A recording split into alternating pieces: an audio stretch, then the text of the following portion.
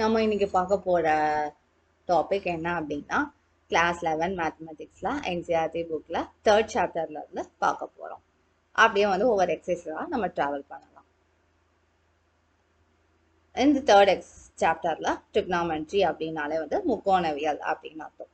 முக்கோணவியல் அப்படின்னா முக்கோணம் அப்படின்னா என்ன, நம்ம ட்ரையாங்கிள்ஸ் 3 ஆங்கிளை வச்சு ஃபார்ம் ஆகக்கூடிய ஒரு ஷேப் தான் வந்துட்டு ட்ரையாங்கிள்ஸ். ஸோ அந்த ட்ரையாங்கிளோட ப்ராப்பர்ட்டிஸ், அந்த ட்ரையாங்கிளை வச்சு நம்ம எங்கெல்லாம் அப்ளிகேஷன் ஃபீல்டில் யூஸ் பண்ணுறோம், ஸோ அதெல்லாம் வச்சு படிக்கிறதா ட்ரிக்னாமெட்ரி அப்படிங்கிற பாடம்.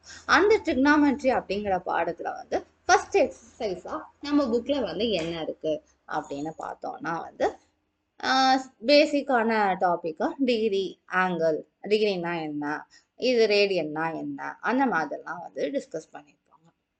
இப்போ அதில் வந்துட்டு வெரி ஃபர்ஸ்ட் எக்ஸசைஸில் ஃபர்ஸ்ட் டைப் ஆஃப் கொஸ்டின் என்னன்னா, டிகிரிலேருந்து ரேடியன் எப்படி கன்வெர்ட் பண்ணுறது, ரேடியன்லேருந்து டிகிரி எப்படி கன்வெர்ட் பண்ணுறது அப்படிங்கிறதான் ஃபர்ஸ்ட் டாபிக். ஸோ அதில் ஃபார்முலா என்ன அப்படின்னு பார்த்தா, ரேடியன் மெஷர் அப்படின்னா π/180 டைம்ஸ் டிகிரி மெஷர். இப்போ நமக்கு ஒரு டிகிரி மெஷர் கொடுத்துட்டாங்க அப்படின்னா வந்து ஒரு 20 டிகிரி அப்படின்னு கொடுத்துட்டாங்கன்னா அதை ரேடியனாக மாற்றணும்னா வந்துட்டு π/180 மல்டிப்ளை பண்ணால் போதும். அதே இது ஒரு டிகிரி கேட்டு ரேடியன் கொடுத்துட்டாங்க அப்படின்னா வந்துட்டு 180/π மல்டிப்ளை பண்ணணும். இவ்வளோதான் வேலை. இந்த ரெண்டு ஃபார்முலா வந்து தெரிஞ்சா இந்த எக்ஸசைஸ் 3.1 நம்ம வந்து சால்வ் பண்ணிடலாம் இருக்கிற எல்லா கொஸ்டின்ஸையும். அதில் வந்து பேசிக்காக வந்து ஒரு நம்பர் கொடுத்துட்டா அதை எப்படி சேஞ்ச் பண்ணுறது அப்படின்னு பார்க்கறதுக்கு தான் நம்ம வந்துட்டு இப்போ பார்க்க போகிறோம். இன்னொன்று இப்போ ரேடியன் மெஷர் அப்படின்னா வந்து அந்த நம்ம எழுதுகிற நம்பருக்கு பின்னாடி ரேடியன் அப்படிங்கிற வேர்டு எழுதணும், இல்லைன்னா RAD அப்படிங்கிற யூனிட் எழுதணும். அதே இது டிகிரியில் பார்க்கும்போது வந்து டிகிரி சிம்பிள், அதாவது அந்த நம்பரில் பவரில் ஒரு ஓ மாதிரி போடணும். ப்ளஸ் இல்லை வந்து அப்படி போடலை அப்படின்னா டிகிரி அப்படின்னு எழுதிக்கலாம். அதுக்கு பிறகு நம்ம பார்த்தா வந்துட்டு இதுல வந்து மினிட்ஸ், செகண்ட்ஸ் அப்படின்னு சொல்லுவாங்க. மினிட்ஸ்னா என்ன, இங்க வந்து 30 மினிட்ஸ்ன்னு இருக்கு. ஸோ இந்த மாதிரி மினிட்ஸ்னா என்ன அப்படின்னா வந்துட்டு பை 60 நம்ம எப்படி வந்து டைம்ல சொல்லுவோமோ அந்த மாதிரி தான். இப்போ 30 மினிட்ஸா வந்துட்டு நம்ம வந்து டிகிரி கன்வெர்ட் பண்ணா 30/60. அதே 30 செகண்ட்ஸ்னா டபுள் டேஷ் போடுவோம். ஸோ அதுக்கு எப்படி பண்ணலாம், மினிட்ஸா மாத்தணும்னா 30/60 மினிட்ஸ். அதே இது டிகிரியாக மாற்றணும் 30/3600 மினிட்ஸ். இந்த மாதிரி வந்து நம்ம டைமுக்கு எப்படி பேசுவோமோ அதே மாதிரி தான் இந்த டிகிரி, மினிட்ஸ், செகண்ட்ஸ் இந்த செக்ஷன்லையும் நம்ம அப்படி தான் பேசுவோம். இப்போ ஃபர்ஸ்ட் கொஸ்டின் என்ன பார்க்க போறோம்னா, ரேடியன் மெஷர்ல இருந்து ரேடியன் மெஷரை நம்ம கண்டுபிடிக்கிறோம். நமக்கு கொடுத்துருக்கக்கூடிய மெஷர் வந்துட்டு டிகிரி மெஷர். கண்டுபிடிக்கலாமா?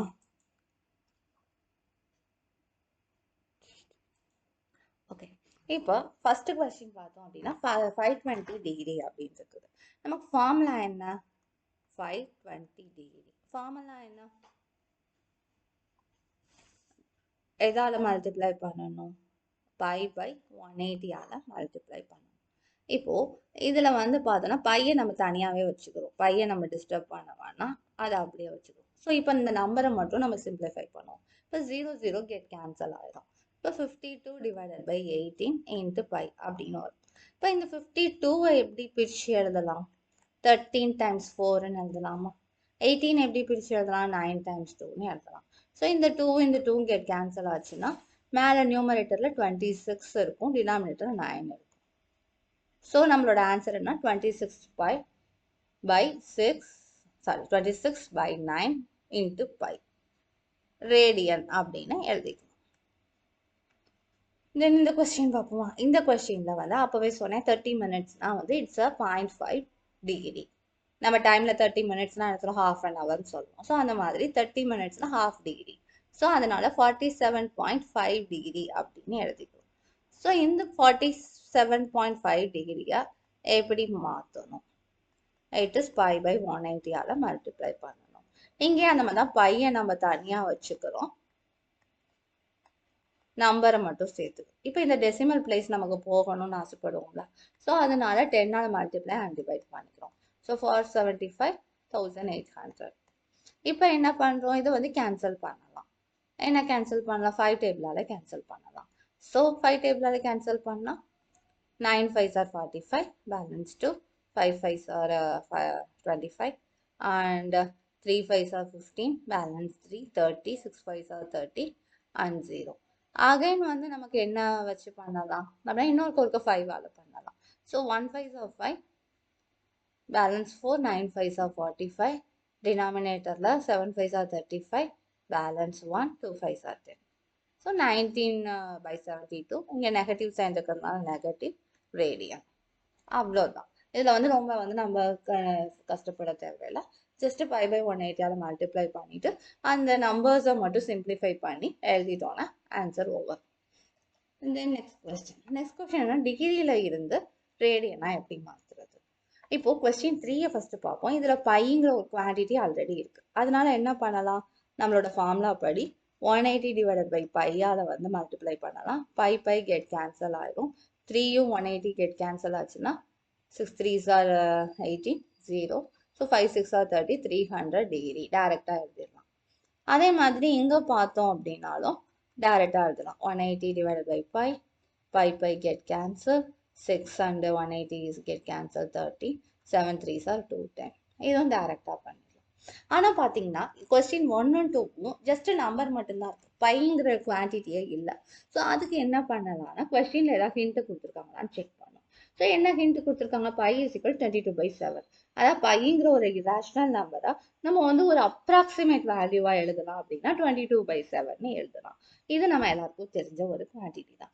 ஸோ வெனவர் எப்போ கொஸ்டின்ஸை வந்துட்டு நமக்கு பை ஈக்குவல் டு 22/7 கொடுக்கலாம் அப்படின்னு வந்துட்டு யூஸ் பண்ணிக்கலாம் அப்படின்னு வந்துட்டு எழுதியிருக்காங்களோ அப்போ மட்டும்தான் நம்ம அப்படி யூஸ் பண்ணணும்.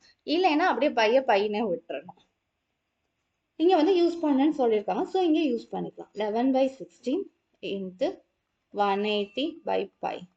இங்கே பைக்கு பதிலாக 11/16 இன்ட்டு 180 டிவைட் பை 22/7. இந்த 22/7 எப்படி எழுதலாம், 7/22 எழுதலாம் மல்டிப்ளிகேஷன் ஃபார்ம்லாம். இப்போ இதையும் கெட் கேன்சல் பண்ணால் 2 வரும்.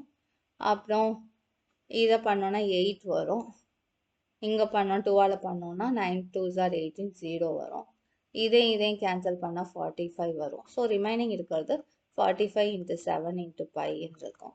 47 இன்ட்டு 7 45 இன்ட்டு 7 என்ன, 7 5 35, மிச்சம் 3, 4 28, 29 30 31 350 15. சாரி, இப்போ இங்கே பை வந்து நம்ம ஆட் பண்ணக்கூடாது. இங்கே ஏன் பையை ஆட் பண்ணக்கூடாது, பைக்கு பதிலாக தான் நம்ம வேல்யூ சப்ஸ்டியூட் பண்ணிருக்கோம்.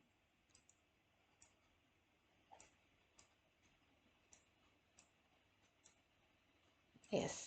ஸோ இதோட டிகிரி என்ன, 315 டிகிரி. ஓகே. தென் இங்கே வந்து டிகிரி சிம்பிள் மிஸ் பண்ணிடக்கூடாது, போட்டோம்.